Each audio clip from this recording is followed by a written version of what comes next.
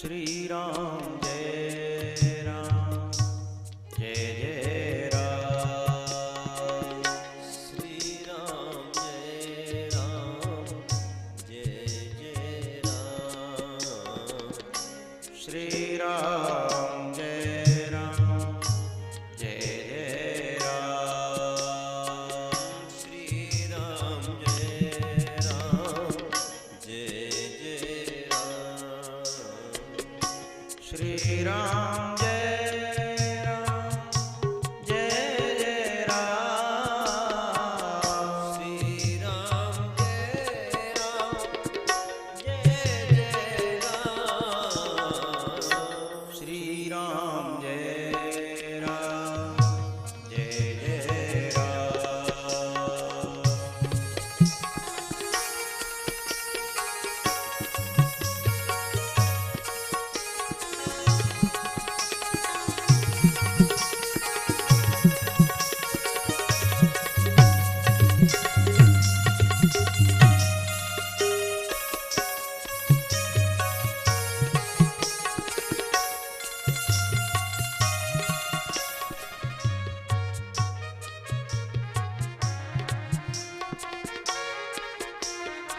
श्री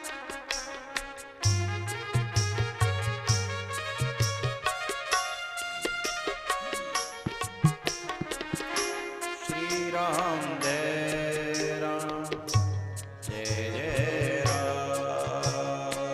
राम जय राम जय जय राम। श्री राम जय राम जय जय राम। श्री राम जय राम जय जय राम। श्री राम जय राम जय जय राम।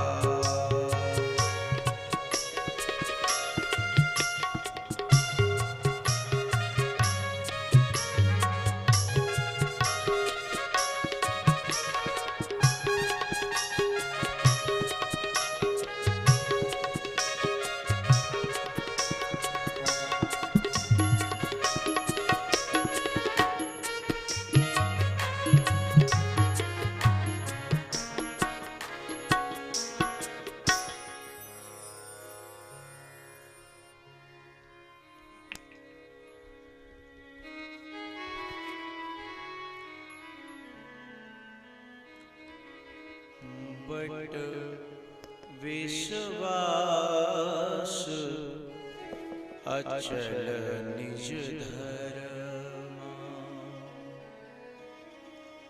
तीर्थ राज प्रयाग सुकर्मा।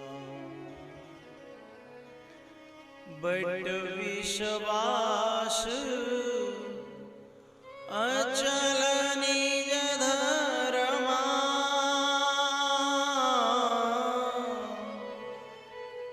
तीर्थ राज प्रयाग सुकर्मा।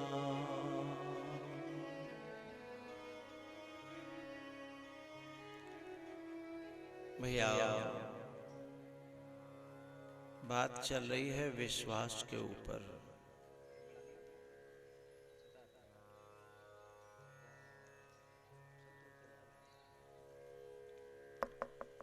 हमारा मन 1 मिनट में न जाने कितने हजार विचारों का निर्माण करता है। 1 मिनट में न जाने कितने हजार विचारों का निर्माण करता है हमारा मन। और जैसी हमारी प्रकृति हमारा स्वभाव होता है उस विचार को हम पकड़ लेते हैं। जैसे कपड़े की दुकान पर कपड़े वाला अनेकों पीस पटक देता है और जिस पर हमारी निगाह टिकने लगती है दुकानदार बड़ा होशियार होता है। या फिर कहो कि होशियार ही दुकानदार बन पाता है या दुकान करते करते आदमी होशियार हो जाता है। जिस कपड़े पर तुम्हारी निगाह 2-4 बार गई, तुरंत वो कहने लगता है भाई साहब ये कपड़ा सबसे अच्छा है, ये कपड़ा सबसे अच्छा है। चलने में, धोने में, बहुत सारी बातों में उसके गुण गिनाना शुरू कर देता है। थोड़ी देर बाद देखने के बाद किसी और पर निगाह चली गई तो वो कहता है वो तो अच्छा था ही, लेकिन आपकी निगाह बहुत पहचान वाली है, आपने इस कपड़े को पकड़ा। हर आदमी नहीं पकड़ता इस कपड़े को। आपकी निगाह वाकई आप पार की हो, और वो नहीं जाता कुछ भी 2 पैसे का भी। लेकिन वो कहता है कि आपने इस कपड़े को जो चुना बहुत बेस्ट कपड़ा है। और फिर जिसमें जो चुन लेता है व्यक्ति, उसी के प्रति उसका विश्वास पुष्ट कर देता है वो। ऐसे ही जो मन का जो बनिया है वो अनेकों पीस दिखाता है विचारों के, भले और बुरे। फिर हमारी जो प्रकृति होती है उस पर हमारी निगाह डटने लगती है, उस विचार को हम पकड़ने लगते हैं। और जिस विचार को हम पकड़ते हैं ना, फिर मन उसी के गुण गाने लगता है, और वह विचार धीमे धीमे और वैसे ही विचारों को फिर वैसी क्वालिटी में वो बनिया और कपड़े दिखाता है, वैसी क्वालिटी में। ये आपको पसंद है, इसमें से ये लो, इसमें से ये लो, अनेकों कपड़े दिखा देता है। ऐसे ही मन अनेकों विचार ला करके हमारे सामने रख देता है। फिर उन विचारों को हम पसंद कर लेते हैं, कन्फर्म कर लेते हैं, तो फिर वो उन कपड़ों को पैक कर देता है। ऐसे ही हमें जब अनेकों विचार दिखाता है मन,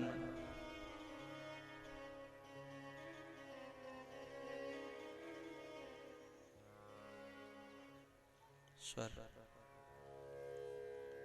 अनेकों विचार दिखाता है मन,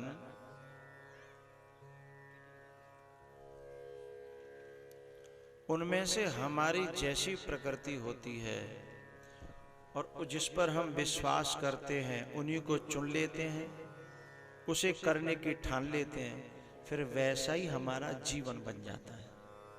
बात समझ में आ रही सबके?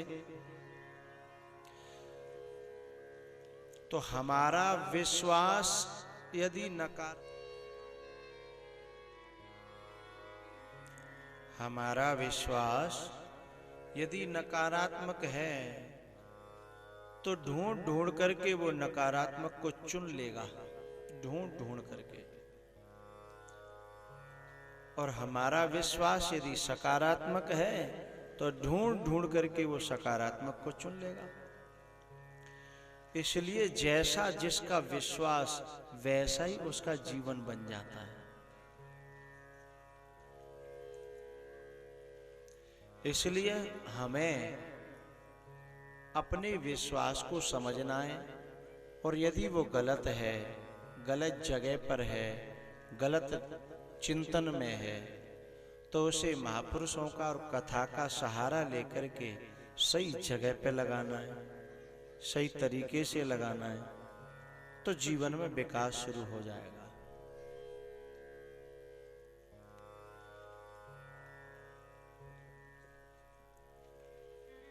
भैया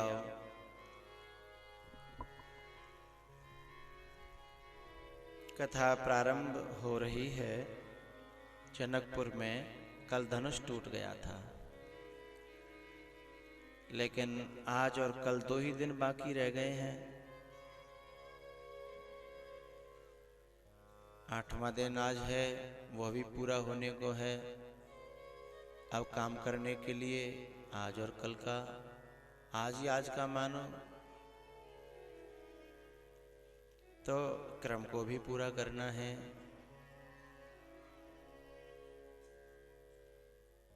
इसलिए जहां मुझे सिद्धांत मिलेगा मैं थोड़ा सा परसूंगा और आप उसे ग्रहण करना, बाकी मैं कथा में बढ़ूंगा।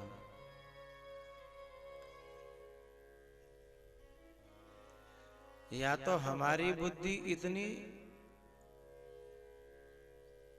क्षमतावान हो कि वो स्वयं अपना वर चुन सके। हमारी बुद्धि क्षमतावान न हो तो सीता जी की तरह महापुरुषों के ऊपर अपनी बुद्धि का बोझ डाल देना चाहिए। सीता जी को जो राम मिले हैं वो भी घर बैठे, ये कोई ऐसे ही नहीं मिल गए। विश्वामित्र जी पहले से यहाँ आते जाते रहे। जब सीता जी छोटी सी थी, सेवा करती थी और बड़ी शालीनता और बड़ी समर्पण, विश्वास और श्रद्धा के साथ। महापुरुषों की सेवा का मौका जिसे मिल गया, उससे ज्यादा सौभाग्यशाली इस धरती पर कोई है नहीं। लिख लेना इस बात को। इसीलिए तो आरती जब गाते हैं ना, श्रद्धा भक्ति बढ़ाओ, फिर क्या है? संतन की सेवा स्वामी, संतन की सेवा। ओम जय जगदीश हरे, ओम जय जगदीश हरे, स्वामी जय जगदीश हरे। भक्त जनों के संकट क्षण में दूर करे। ओम जय जगदीश हरे। श्रद्धा भक्ति बढ़ाओ, संतन की सेवा। संतों की सेवा का मौका जिसे मिल जाए तो समझना परमात्मा ने अपने परिजनों में हमारी काउंटिंग कर ली है, हमारी गिनती कर ली है। यदि अपने परिजनों में गिनती नहीं होती, काउंटिंग नहीं होती, तो संतों की सेवा तो दूर, संतों का दर्शन ही नहीं होता है। काउंटिंग हो गई है। लेकिन एक बात समझ लेना, फिर भी हमें देर हो रही है तो हमारे प्रयासों में थोड़ी सी कमी है। या तो अनभिज्ञता है या फिर कमी है।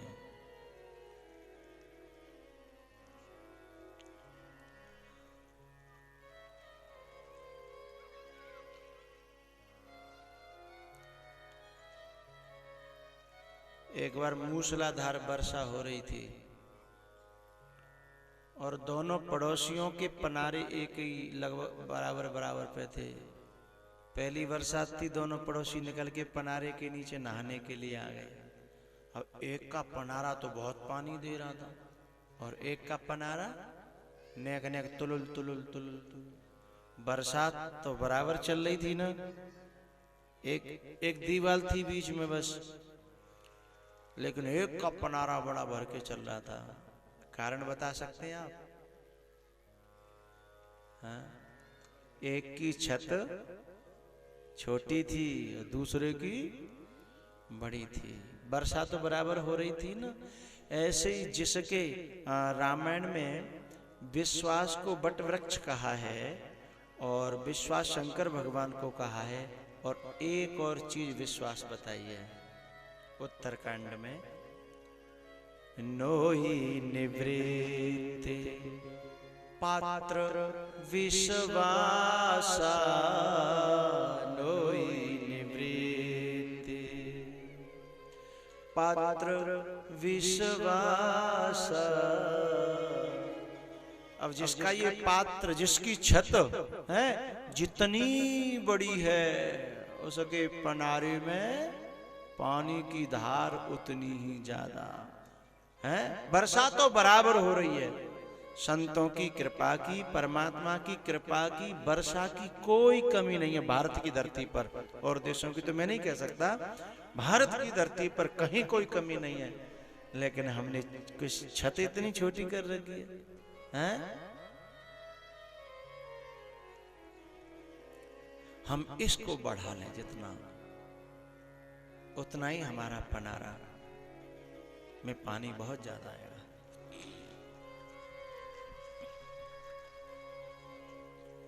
तो सीता जी ने बड़ी श्रद्धा विश्वास के साथ विश्वामित्र जी की सेवा करी थी। बड़े खुश भए गुरुदेव।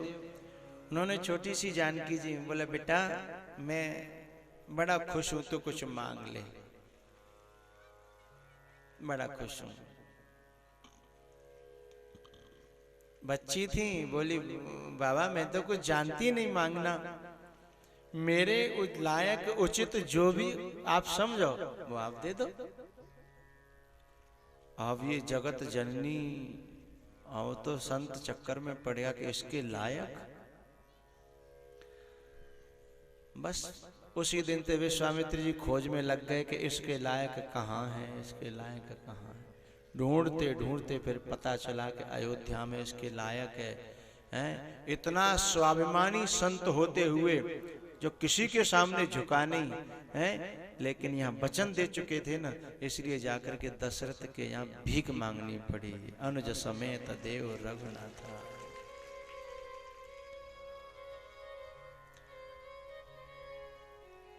मेरे लायक जो तो ऐसी बुद्धि, इतनी समर्पित, इतनी विश्वास वाली बुद्धि, उसे कहीं जाना नहीं पड़ता। उसे लेने के लिए परमात्मा स्वयं पैदल चल करके घर पे आता है।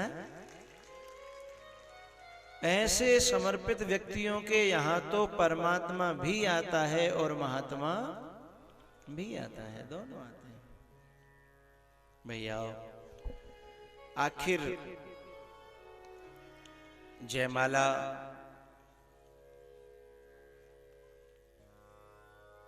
को लेकर के सीता जी आई। अब राम जी थोड़े से हाइट में और सीता जी थोड़ी सी नीचे पड़ती हैं, लेकिन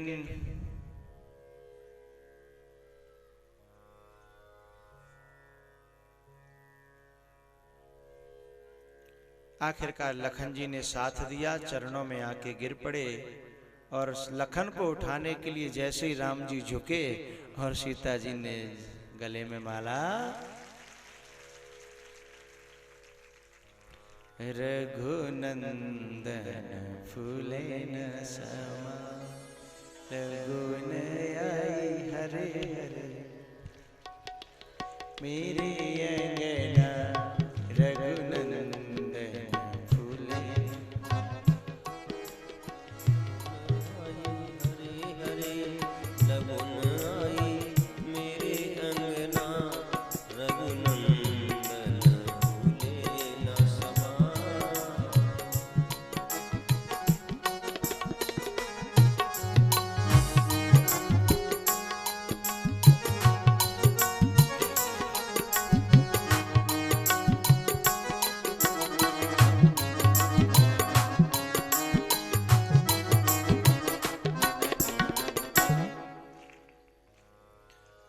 सीता जी विदा होकर के अयोध्या पहुंची हैं और अयोध्या में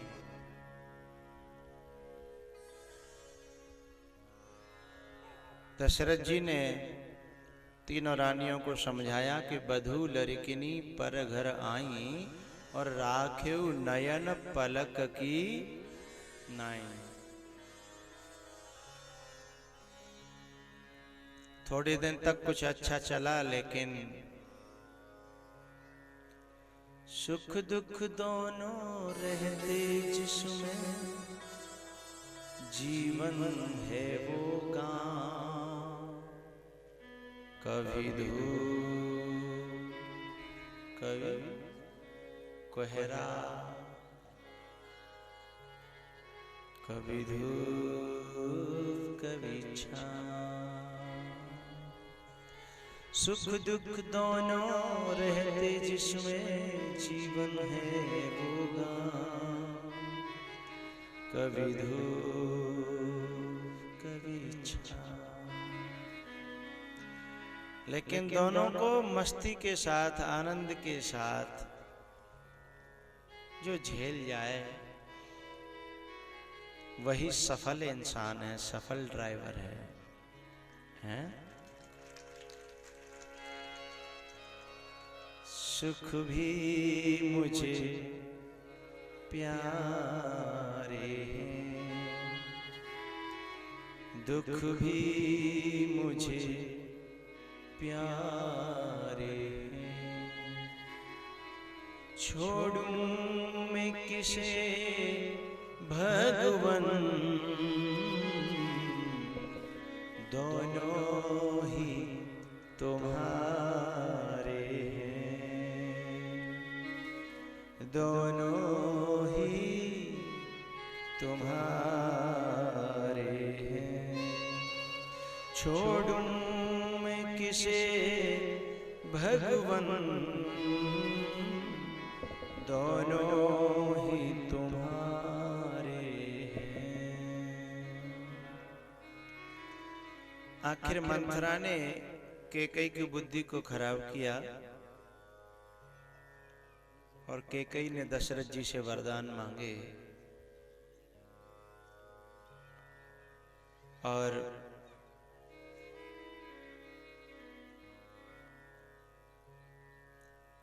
ये वरदान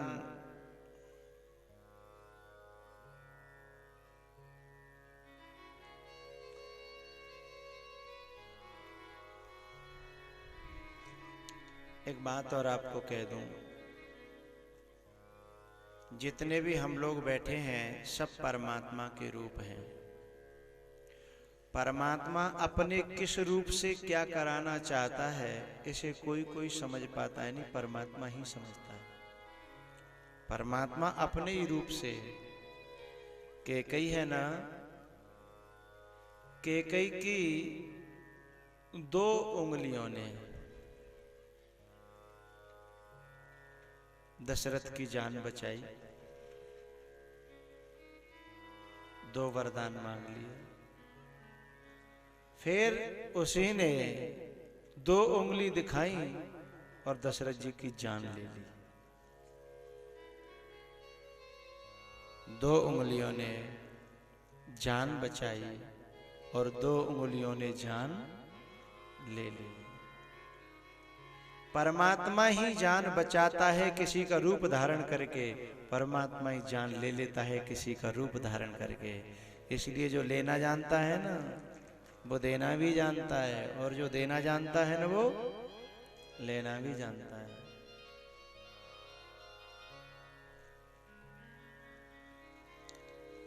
राम जी को वनवास का वरदान कैकई ने ले लिया। पहला वरदान भरत को राज तिलक, दूसरा वनवास राम को।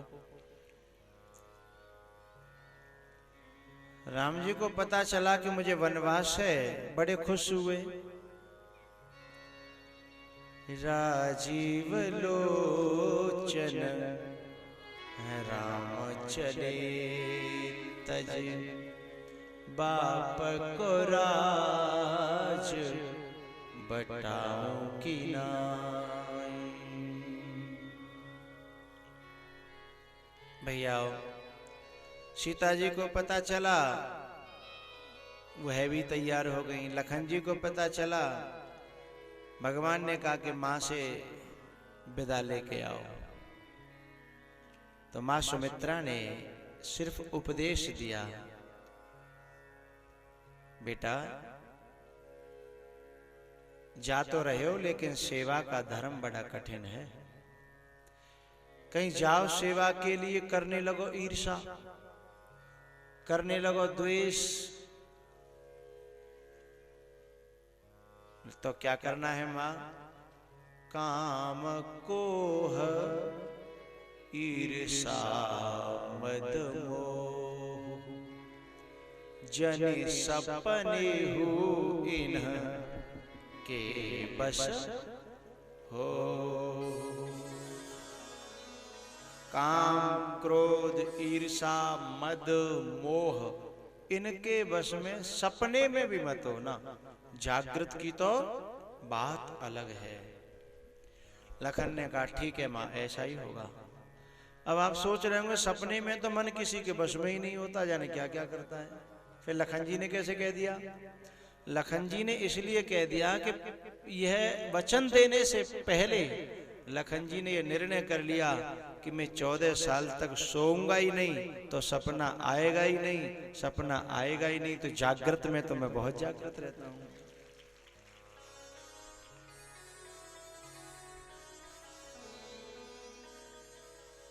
भैया तीनों प्राणी वनवास को चले हैं। तमसा नदी के किनारे आधी रात्रि पर अयोध्या वासियों को छोड़ा और खोज मारे रथ हाँकहु ताता। सुमंत्र से कहा कि ऐसे रथ चलाना कि रथ के पहिए दिखाई न दे। तो भाई ऐसे कैसे रथ चलाया होगा? या रथ चलेगा तो पहिए तो दिखाई देंगे। लेकिन एक किसान कह रहे थे एक जगह, कभी कभी हर व्यक्ति की एक अपनी सोच होती है। उन्होंने बड़ी अच्छी बात बताई गांव के तरीके से। बोले बताओ रथ चलेगा तो रथ के पहिए तो छपेंगे ही, वो बिना खोज के कैसे चले गए? तब एक किसान कह रहे थे कि सुमंत्र जी ने रथ के पहिए से अपने रथ से पीछे बहुत सारे झाड़ और झांकर बांध लिए थे, इसलिए वो पीछे से रथ के पहियों को मिटाते चले गए। जो भी हो, लेकिन बात अच्छी लगी हमें, है रथ पहियों को मिटाने का किसान का एक अपना तरीका था, अच्छा लगा हमें। यदि पीछे झाड़ी बांध ली जाए तो पहिए पता नहीं चलेंगे। भगवान भरद्वाज जी के पास पहुंचे हैं, मार्ग पूछा है। वाल्मीकि जी के पास पहुंचे हैं तो उनसे रहने का स्थान पूछा है।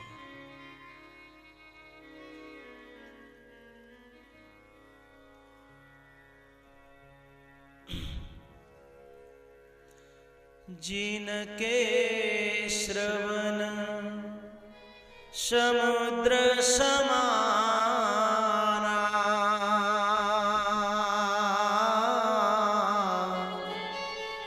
कथा तुम्हारी सुबह सरिनाना। राम सिया राम सिया राम जय जय राम। सिया राम जय जय राम। राम सिया राम जय जय राम।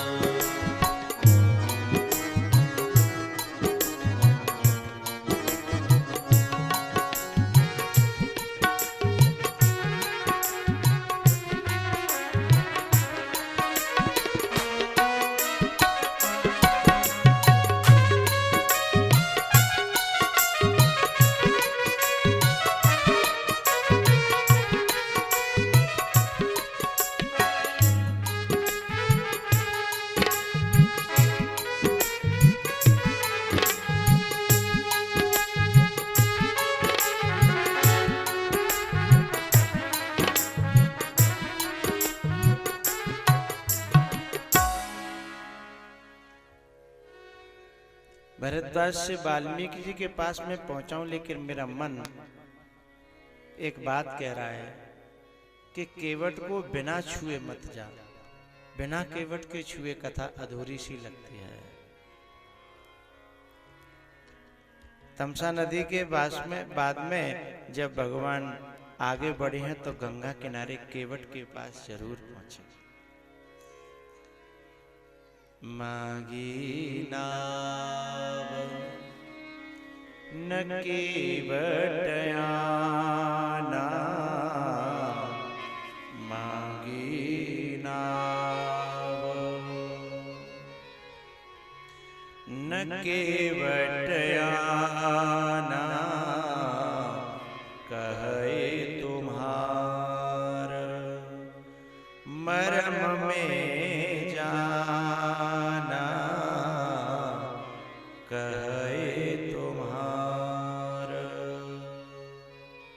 ए भैया केवट, हमको पार जाना है, जरा जरा नाव तो ले आओ। विस्तार से तो मैं कह चुका हूं, मुझे इतना कहना है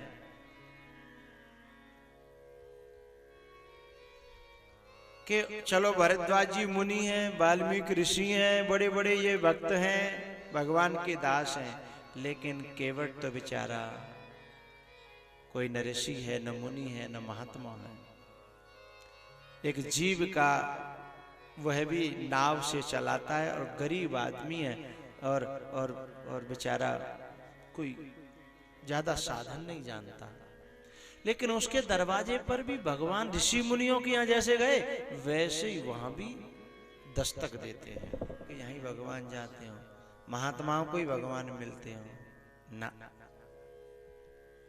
तो तुम्हारा कर्म क्या है वो अलग बात है, लेकिन हृदय में भगवान से, परमात्मा से या किसी महात्मा से मिलने की भीतर चाह बैठी है, भावना बैठी है, लगन बैठी है, तो परमात्मा हमारे दरवाजे पर जरूर आएगा।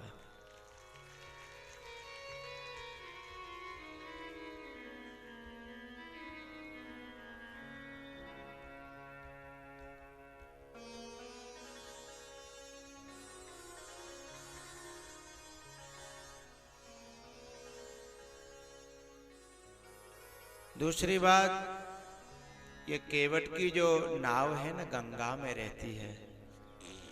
नाव माने बुद्धि, गंगा माने कथा।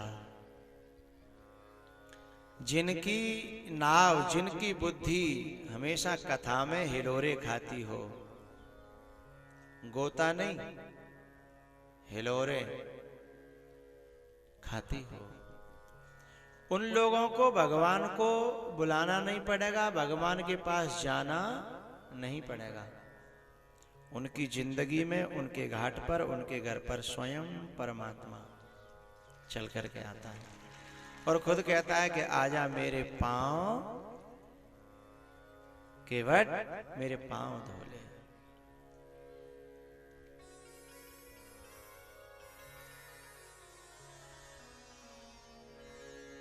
पानी कठवता भर ले आवा, चरण सरोज पखारन लागा, अति आनंद उमगे अनुरागा, चरण सरोज पखारन लागा।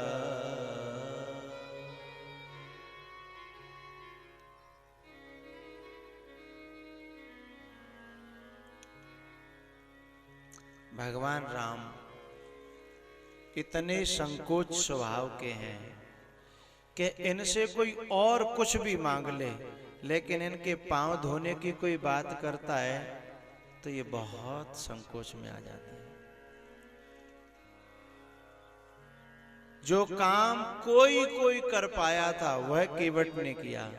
आप पूरी कथा में सुनेंगे, पढ़ेंगे तो ऋषि भी पांव नहीं धो पाए, मुनि भी पांव नहीं धो पाए, 2-3 व्यक्ति ही पांव धो पाए। एक तो ब्रह्मा, एक जनक, एक ये केवट और एक और है आगे। पूछो तो बताऊं, बोलो। सवरी। अब आपने पढ़ा नहीं होगा कि सवरी ने पांव धोए हों कठौता में या किसी थाली में, ऐसा नहीं पढ़ा होगा। लेकिन सवरी ने जो पांव धोए वह जल तो न ब्रह्मा के पास था, न जनक और ना ही केवट।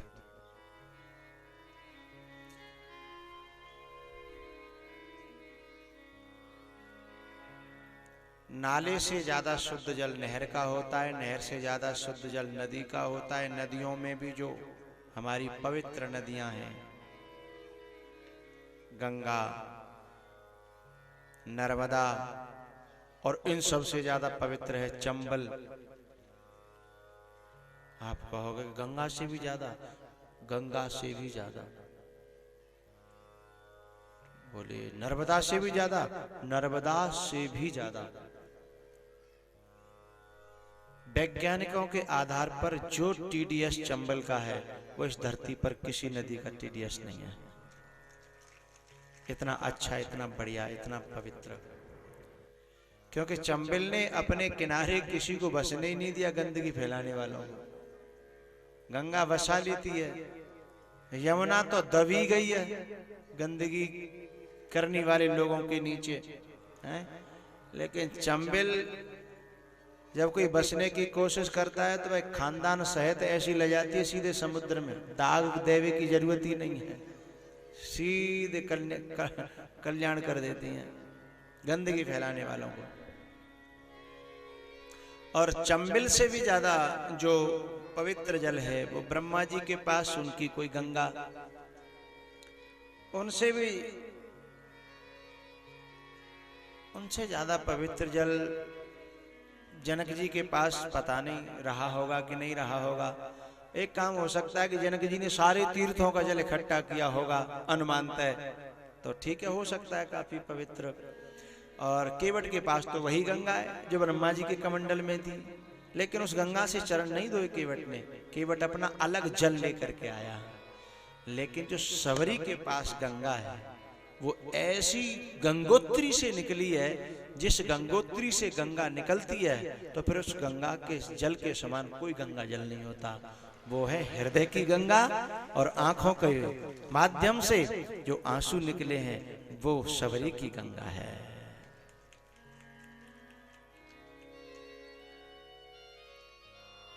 नैनों के जल से, आंखों के जल से। तो केवट ने चरण धोए, नाव में चढ़ाया और उस पार उतरी ठाड़ भय सुर शरीरेता, उतरी ठाड़ भय सुर शरीरेता, उतरी ठाड़ भय।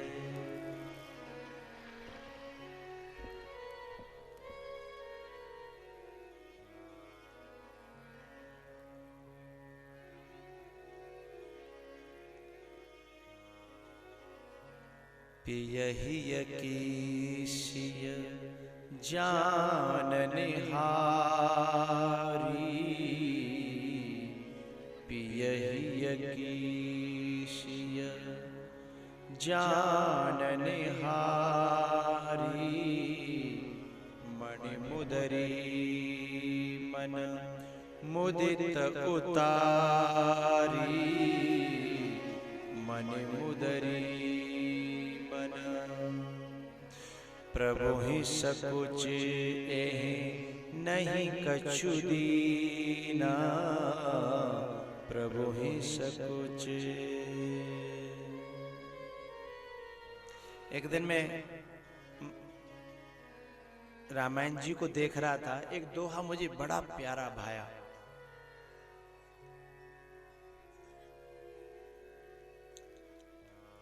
भगवान ने जब अंगूठी की केवट की तरफ तो कान पकड़ने लगा, भगवान ये क्या कर रहे हो?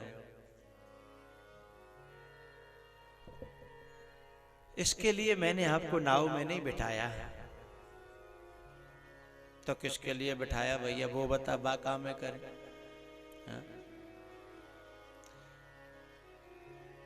लखन जी तो पीछे ही खड़े थे। केवट बोला देखो तुम भी मलाओ और हम भी मलाएं। लखन जी को तो आंखें लाल हो गई कि कहां तू और कहां। लखन जी की आंखें लाल भई तो केवट ने कहा लखन जी आपसे बात नहीं हो रही, आप मला नहीं हो, हम और राम जी मला है। अच्छा बोले तुम, हम और हमारे भगवान अलग अलग हो गए? बोले बिल्कुल अलग है। तुम तो कहूं ते मिलते ही ना हो, पामते और सिर तक है, कहीं से तुम्हारा कोई तालमेल ही नहीं है। बोले कैसे कह रहे हो तुम इस बात को? बोले मैं यहां से पार लगाता हूं, ये वहां से पार लगाते हैं। अपनी अपनी जगह के हम केवट हैं। केवट ने कहा देखो हमने पार उतार दिया आपको, और अब की बार हम आपके घाट आवे तो जरा देर मत लगाना, बस यही मांगते हैं। बोले नहीं भैया वो तो बाद की बात है, अब तो कछु ले थोड़ा बहुत। बोले ठीक है नहीं माने तो लाओ। अंगूठी ले ली और लेके फिर उन्हीं के हाथ में दे दी। बोले सुनो हमने ले ली, हमने अपनी मान ली, तो बोले अब हम क्या करें? बोले ले जाओ, जा 14 वर्ष बाद जब लौटो तो हमें वापस कर दिया, ठीक है ले जाओ। भगवान बोले ले जाके रखवारी और करो, अपनी होती तो कम से कम खो जाती तो टेंशन नहीं है।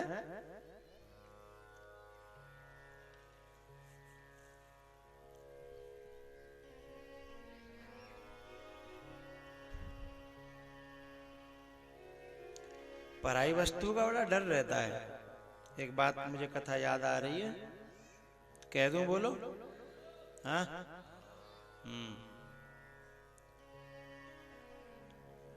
ये दशरथ जी ने जब विश्वामित्र जी को राम लखन दिए थे तो एक बात कही थी कि सब सुत मोहि प्राण की नाहि, पर राम देत नहीं बने गोसाई। क्यों भैया जब स्वस्थ प्राण की नाई है तो फिर राम को देने में क्या दिक्कत है? उसका एक कारण था। एक बार इंद्रलोक से देवासुर संग्राम में युद्ध करके दशरथ जी लौट रहे थे, तो आकाश मार्ग में उन्हें शनि से मुलाकात हुई। शनि देव मुलाकात हुई तो शनि पीठ करके खड़े थे मार्ग में। दशरथ जी ने कहा कि भाई आप कौन ऐसे पीठ करके खड़े हो मुझ चक्रवर्ती सम्राट के सामने? शनि ने कहा कि मैं पीठ करके खड़ा हूं तभी तक तुम मेरी बात कर पा रहे हो, यदि मेरी दृष्टि पड़ गई तो तुम बात करने लायक नहीं रहोगे, तुरंत भस्म हो सकते हो। दशरथ जी ने कहा कि मैं देवासुर संग्राम में देवताओं की मदद करके आ रहा हूं, मैं इतना बड़ा योद्धा, तुम्हारी दृष्टि से मैं भस्म हो जाऊंगा। शनि ने कहा कि भाई मान जाओ, हम आपका आदर करते हैं क्योंकि आप धर्मात्मा हो। दशरथ जी नहीं माने, बोले जरा इधर मुंह करना। शनि ने कहा एक बार फिर कह रहे मान जाओ, नहीं माने। तो शनि ने जैसे ही निगाह फेरी से एकदम हाल बेहाल हो गया दशरथ जी का, और मूर्छित हुए रथ से गिर पड़े। आकाश में नीचे गिर रहे थे तो इतने में जटायु आकाश में उड़ रहे थे। जटायु ने अपनी पंखों में दशरथ जी को लिया और जमीन पर उतारा। जब होश आया दशरथ जी ने कहा कि भैया आपने हमारी जान बचाई है, आप कुछ मांगो हमसे। जटायु ने कहा कि सचमुच में आप देना चाहते हो? बोले हाँ आपकी जिंदगी है। तो जटायु ने कहा कि आपका जो पुत्र पैदा हो उसमें पहला पुत्र मुझे दे देना। जटायु को इन बातों का ऋषि मुनि महात्माओं से पता था कि इनके यहाँ राम अवतार लेंगे, भगवान का अवतार होगा, पहला पुत्र मुझे दे देना। दशरथ जी बोले भैया हमारे तो कोई है ही नहीं, और होंगे होगा तो तुम्हें सबसे पहले दे देंगे। ठीक है। जब राम का जन्म हुआ तो दशरथ जी ने जटायु को वह पुत्र समर्पित किया, लेकिन जटायु जी ने कहा कि मेरी धरोहर मान करके इनकी आप पालन पोषण करिए, सेवा करिए, जब मुझे जरूरत पड़ेगी तब मैं आपसे मांग लूंगा। तो दशरथ जी के पास में राम धरोहर के रूप में थे। असली में तो उसी दिन से ये राम जटायु के बेटा बन गए जिस दिन वचन में मांग लिया था। इसीलिए दशरथ जी की दाह संस्कार क्रिया राम के हाथों नहीं भरत के हाथों हुई, और जटायु की दाह संस्कार क्रिया है उसके किसी और पुत्र के नहीं, राम के हाथों हुई थी। इसीलिए दशरथ जी ने वहां कहा है कि सब सुत मोहि प्राण कीना। अब ये बात रहस्य की थी, इसलिए सबके सामने खोलना नहीं चाहते थे। प्रजा में यदि ये बात कह दें तो एक बमंडर और बन जाता। क्या कि राजा के बड़े पुत्र को ही राज तिलक का अधिकार है, और राम राजा का बड़ा पुत्र नहीं है। तो बोले राजा का बड़ा पुत्र तो भरत ही है, क्योंकि राम तो तान दिया जा चुका है, हा? इसलिए इसमें भी दिक्कत आ रही थी। इसलिए गुप्त रूप में ढके ढके कहा दशरथ जी ने कि सब सुत मोहि प्राण की नाही, पर राम देत नहीं बनए गुसाई, राम देत। क्योंकि और सब तो साथ में रखे थे वशिष्ठ जी, विश्वामित्र जी ने, नाम तो राम का ही लिया ना कि अनुज समेत देहु रघुनाथ, अनुज समेत। ये नहीं कहा कि चारों में से कोई दो दे दो और कोई अनुज के रूप में कोई भी चलेगा, लेकिन राम जरूरी है। इसलिए कहना पड़ा कि राम देत नहीं बनए गुसाई, सब सुत मोहि प्राण की नाई, सब सुत मोहि।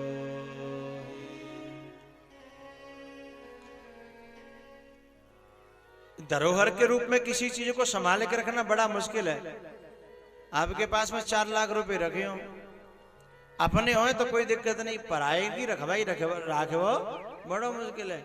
अब 4 लाख रुपया धरे और जो हमारा जो मित्र पता होगा हमारे पास 4 लाख रुपया धरे और वो काऊ कारण से भाई जरूरत पड़ गई मांग भी आएगा भाई, यूं ना पता काऊ और के हैं भाई, पता हो 4 लाख धरे हैं। अब जैसे वो मांगने आया तो आपके मोहम्मद भाई मेरे होते तो मैं हाल दे देता, पर भाई बान काऊ खन मांग ले, कोई बात बड़ी कैसे दूं है, ये अमानत बड़ी विचित्र है।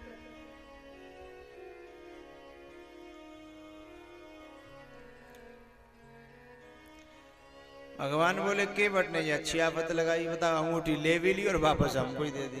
बोले भगवान अभी नहीं ले पाऊंगा, क्योंकि अभी मैं ले लूंगा तो मजदूर कहलाऊंगा, लेकिन लौट करके जब आप अपनी कृपा से अपनी आशीर्वाद से दोगे तो ये प्रसाद बन जाएगा, और प्रसाद लेना अलग बात है। फिरती बार मोहि जो देवा, सो प्रसाद में सिर धरि लेवा, सो प्रसाद में सिर धरि लेवा, सो प्रसाद।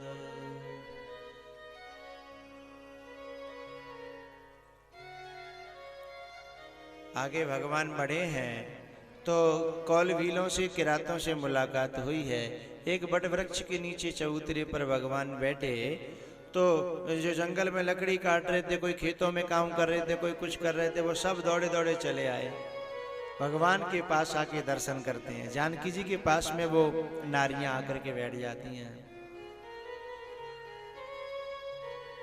इतने मोहित हो गए, इतने मोहित हो गए कि भगवान को देखे ही चले जा रहे हैं। एकटक रहे निमेशन लावहि, पलक झपक ही नहीं रहे, बिना पलक झपके दर्शन कर रहे हैं। बोलने का मन हो रहा है, लेकिन डर ये लग रहा है कि अपनी भाषा ही ठीक नहीं है, अपने को पढ़े लिखे है नहीं, ज्ञान है नहीं, बोलेंगे कछू और निकलेगी कछू, कहीं अपराध हो गया। लेकिन आपस में इशारा करने के नहीं, तू बोल, कोई कह रहा तू बोल, एक बड़ो बूढ़ो तैयार कर लो बोल भी के लिए, बेचारा बड़ो बूढ़ो तैयार भयो। लेकिन पहले बोले भगवान थे प्रभु सुनो, हमें बिना पढ़े लिखे लोग हैं, कौल भील किराते हैं, गावन के गमार लोग हैं, जंगली लोग हैं, हम बोलना चालना जानते नहीं है, लेकिन क्या करें आपको देख करके बिना बोले भी रहा नहीं जाता। पीछे से लखन जी ने आंख निकाली कि जब बोलना चलना नहीं आता तो बाप दादे कैमरे के बोलो हैं। अरे दर्शन करो आराम से खड़े होकर के बैठ करके। लेकिन उसने साहस जुटाया और वो कहता है,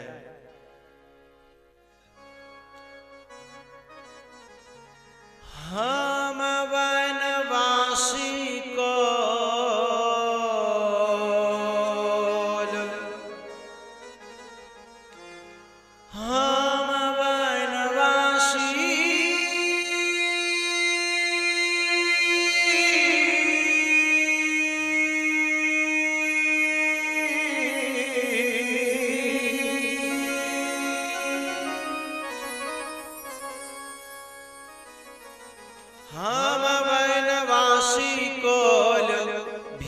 के बिटौआ रउआ राजा बाबू हौआ रउआ राजा बाबू हौआ रउआ राजा बाबू हौआ रउआ राजा बाबू हौआ राजा बाबू हौआ रउआ राजा बाबू हौआ।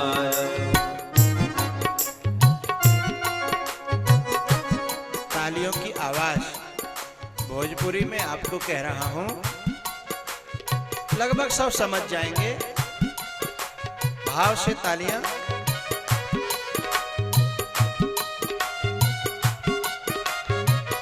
जय भोले।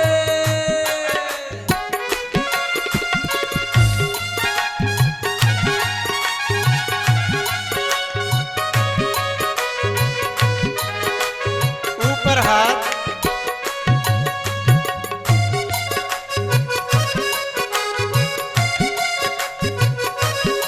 जय भोले।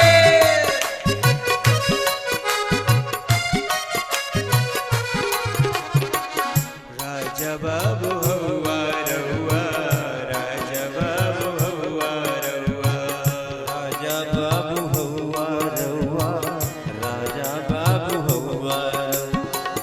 हम बनवासी लोग नाही बानी तोहरा जोग।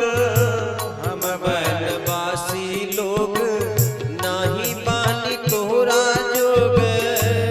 लखन जी ने कहा कि जब वाणी हमारे योग्य नहीं है तो क्यों बोलते हो, चुप रहो ना। तब वो भील कहता है, क्या करें महाराज, मन मान नहीं रहा।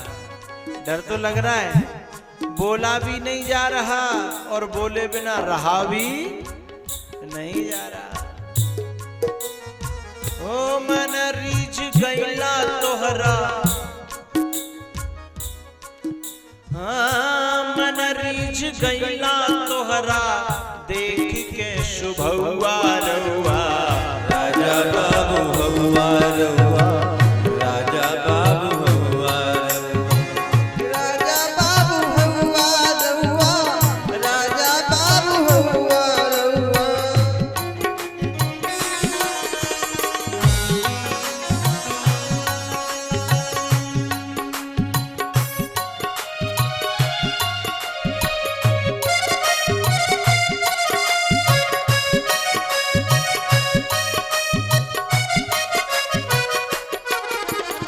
एक भील कहता है, भगवान ऐसा मन कर रहा है कि यहाँ पे का खिलावे का पिलावे। जैसे हमारे गांव में बड़ी बूढ़ी माता कहती है, कभी कभी तो मोते ही कहेंगे, बाबा आप तो यहीं रहो, कहूँ जाओ मत। मैंने कही दुनिया में मुझे डोलना है, कथाएं कहनी, यहाँ कैसे रुक सकते हैं हम। बोले नहीं नहीं, आपको देख के ऐसा लगा तो पेट में धल लें। मैंने कही पेट में तो निकल के आया हूँ जैसे तैसे, तो दोबारा पेट में धरवे को बने हो रहा, बता है? ऐसा लगता बाबा पेट में धल लें तुम्हें तो पेट में, हाँ? ऐसे ये भील कह रहा है, का खिलाई का पिलाई कहाँ आसनी लगाई, का खिलाई का पिलाई कहाँ आसनी लगाई। मन कर रहा है कि हम आपको कुछ खिलाएं पिलाएं और कहाँ बिठाएं कहाँ उठाएं कैसे आसन लगाएं, समझ में नहीं आ रहा, पर मन बहुत कर रहा है। और पता है आप तो राजा महाराजा और जन कैसे कैसे व्यंजन आप लोग पाते होंगे। और हमारे तो हम तो कॉल व्हील हैं, हम तो जी पत्ता वत्ता और ये कंद मूल फलों को और ऐसे बना खा लेते हैं। का खिलाई का पिलाई कहवा आसनी लगाई, हमनी का धन फल, हमनी का धन फल, फूल और पतुआ रुआ। राजा बाबू हौवा रउआ, राजा बाबू हौवा रउआ, राजा बाबू हौवा रउआ, राजा बाबू हौवा रउआ।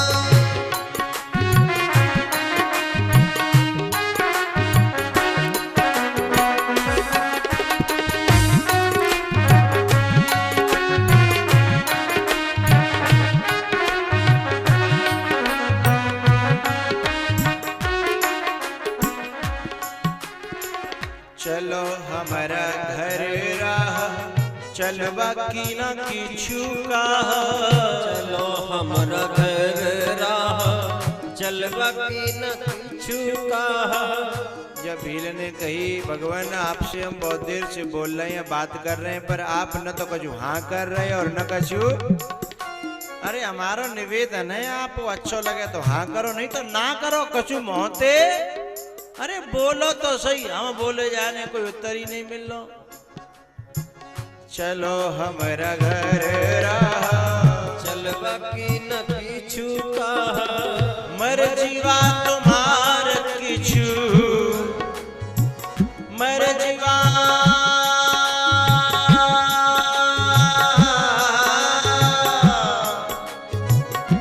मर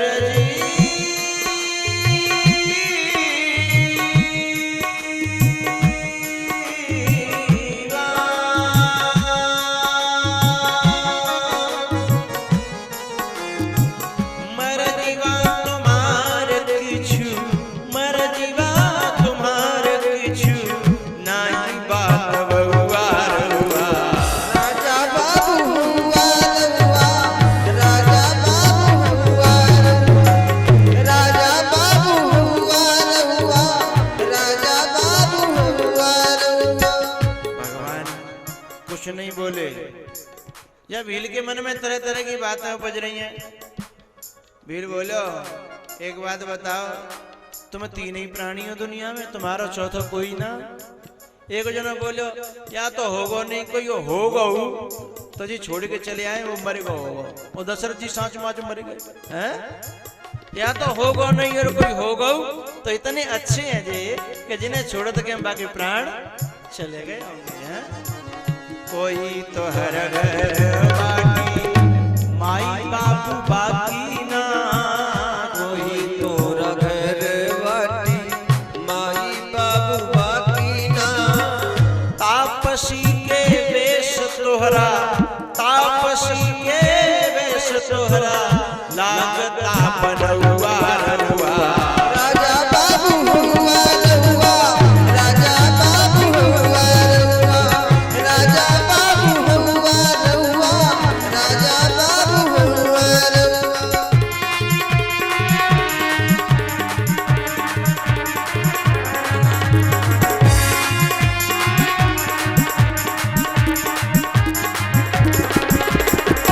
राजा बाबू हौवा रउआ, राजा बाबू हौवा रउआ, राजा बाबू हौवा रउआ, राजा बाबू हौवा रउआ।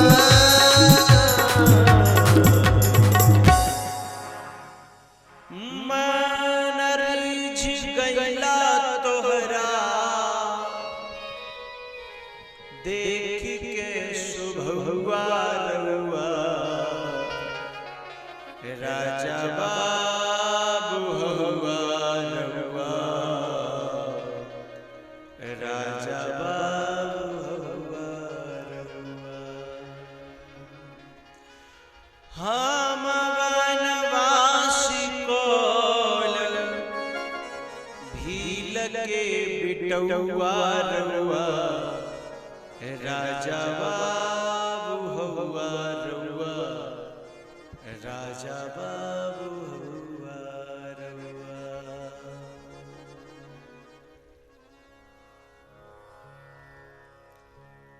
उसके बाद भगवान ने जो कहा वह पानी पीने के बाद कहेंगे।